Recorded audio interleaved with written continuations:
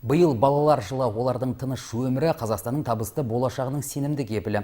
Сондықтан Түркістанда балалар денсаулығын жақсарту үшін ауқымды жұмыстар атқарылып жатыр. Соның ішінде рухани астанада ана мен бала саулығына басар назар аударылған.